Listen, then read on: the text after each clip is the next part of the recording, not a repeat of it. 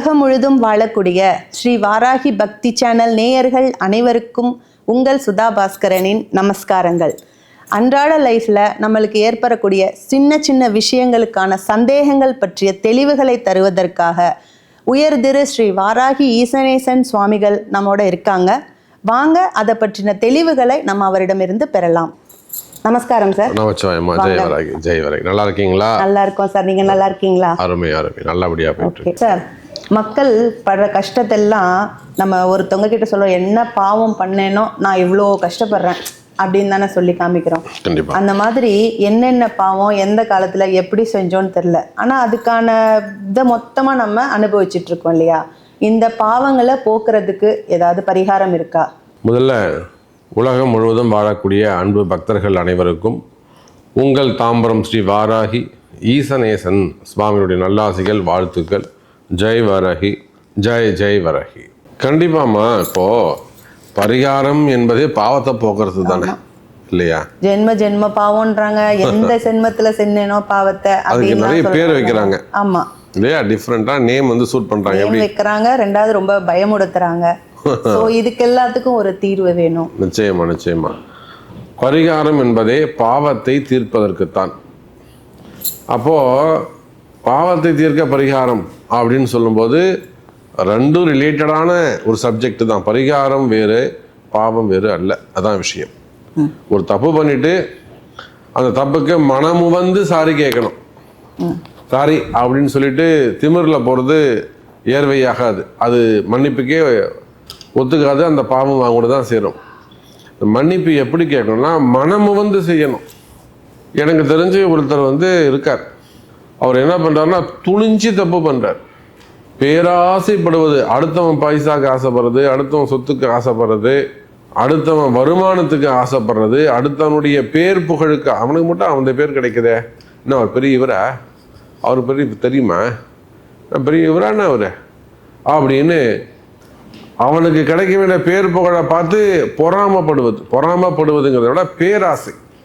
உன்னுடைய வாழ்க்கை வேறு, அவனுடைய வாழ்க்கை வேறு. அவன் எதுக்காக வந்தானோ அதுக்கான வேலையை அவன் செய்யறான். நீ உன் வேலையை செய்யறதை விட்டுட்டு நீ ஏன்டா அவனை போய் பார்த்துட்டு இருக்க, இதனால உனக்கு பாவம் தான் வந்து சேரும் அப்படின்னு பல முறை அவர்கள் எடுத்து சொன்னோட அவர் திருந்துற மாதிரியே இல்லை. நான் எங்க அதெல்லாம் அவர் நல்லா இருக்கட்டும்பா அப்படின்ட்டுவார். ஆனால் திரும்பவும் அதே பாவத்தை செய்வாப்புல. அப்போது துணிந்து தப்பு செய்யக்கூடியவங்க, துணிந்து பாவம் தெரிஞ்சே பாவம் செய்யக்கூடியவர்கள், இவங்களுக்கெல்லாம் எந்த பரிகாரமும் கிடையாது. அதெல்லாம் பேராசை. அடுத்தவன் பொருளுக்கு ஆசைப்படுவது, அடுத்தவன் வருமானத்துக்கு ஆசைப்படுவது, அடுத்தவன் தொழிலுக்கு ஆசைப்படுறது, அடுத்தவனுடைய பதவிக்கு ஆசைப்படுவது, அல்லது அவனால் ஏதாவது நமக்கு ஆபத்து வந்துடும், நம்ம பதவி போயிடுமோ அப்படிங்கிற பயம் வந்து அதனால் தப்பு பண்ணுறது, இதுக்கெல்லாம் பரிகாரம் பிராயச்சித்தம் கிடையாது. அதனால தான் நான் சொன்னேன், நீங்கள் மன்னிப்பே கேட்டாலும் அதை மனமு வந்து கேட்கணும். அதில் உண்மை இருக்கணும், நடிக்கக்கூடாது. உண்மையான மன்னிப்பு கேட்டால் தான் அந்த பாவ மன்னிப்பாக இருக்குமே தவிர 10 பேர் பார்க்குறதுக்கோ பேப்பரில் வர்றதுக்கோ பத்திரிக்கையில் செய்தியாக வருவதற்கோ நீங்கள் பாவம் மன்னிப்பு கேட்கக்கூடாது. மனமு வந்து கேட்க வேண்டும்.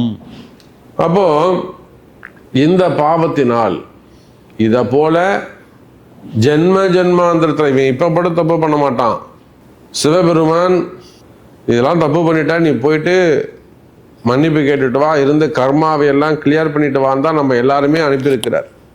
எதுக்காக இந்த பிறவி எடுத்திருக்கிறோம்னா முன் ஜென்மால செய்த பாவங்களை தீர்ப்பதற்கும் இனி அடுத்த பிறவி எடுக்காமல் இருப்பதற்கும் தான் இந்த பிறவி எடுத்திருக்கிறோம். ஆனால் நவகிரகங்களும் பேராசையும் கால நேரமும் எல்லாம் ஒன்று சேர்ந்தாலும் நமக்கு இருக்கக்கூடிய ஆசை என்கிற அந்த பேராசைனால தான் சொன்னேன். பேராசை அப்படின்னு சொன்னேன். பேராசைனா பெண்கள் மீது வருவது மட்டும் ஆசை கிடையாது, பொன் மேலே வரக்கூடியது மட்டும் ஆசை கிடையாது, பதவி மேலே வரக்கூடியதும் ஆசை தான். நான் மட்டும்தான் இருக்கணும்னு நினைக்கிறதும் ஆசை தான். எல்லாரும் இருக்கணும், எல்லாரோட சேர்ந்து இருக்கணும் அப்படின்னு நினைக்கிறது தான் நியாயமானதாக இருக்கும். அப்போ அந்த மாதிரி தெரிஞ்சே குற்றம் செய்யக்கூடியவர்களுக்கு மன்னிப்பே கிடையாது. அப்போது சின்ன சின்ன குற்றங்கள் செய்து அவங்களுக்கு ஒரு பரிகாரம் வேண்டும். ரொம்ப கஷ்டப்படுறீங்க. இப்போது ஒருத்தருக்கு வேலை கிடைக்கல, அவர் தான் அந்த குடும்பத்தை காப்பாற்றணும்.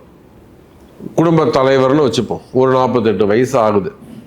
அவர் வேலைக்கு போகிறாரு, திடீர்னு வேலை இல்லாமல் இருக்கார். அந்த குடும்பமே ஸ்தம்பிச்சு போயிடும். அவர் திரும்பவும் வேலை கிடைக்கணும்.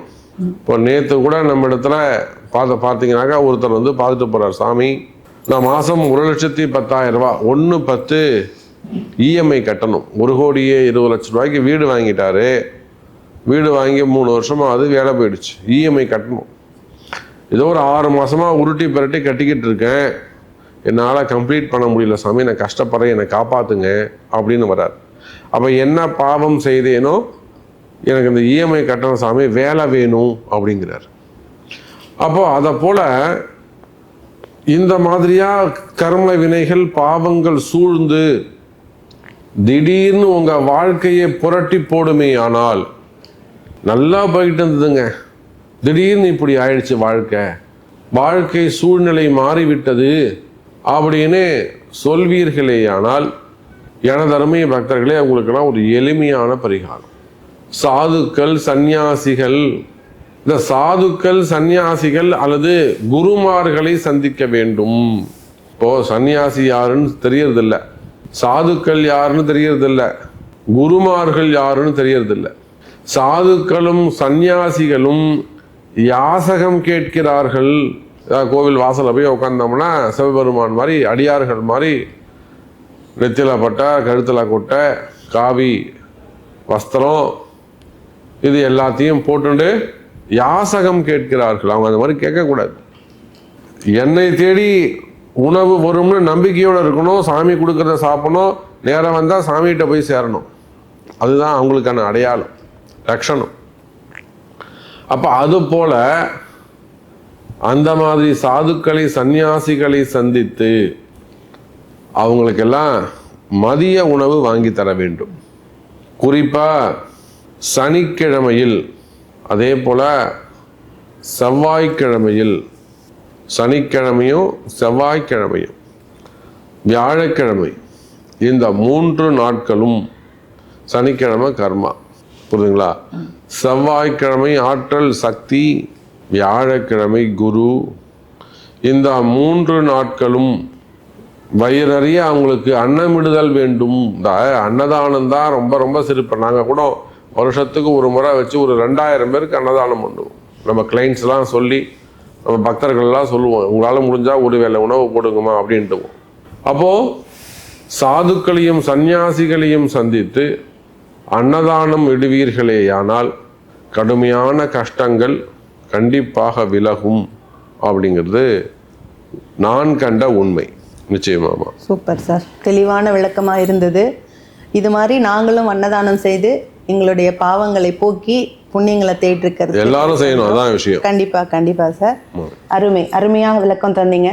எங்களோட சந்தேகங்களுக்கான தீர்வு ரொம்ப அருமையா தெளிவா எங்களுக்கு கிடைச்சதுல எங்களுக்கும் மகிழ்ச்சி. இது போல இன்னும் பல ஐயங்களுக்கான தீர்வுகளை உங்க மூலமா நாங்க தெரிஞ்சுக்க விரும்புறோம். வேற ஒரு பதிவுல அடுத்து சந்திக்கலாம். நன்றி. நமஸ்காரம். நமஸ்காரம்.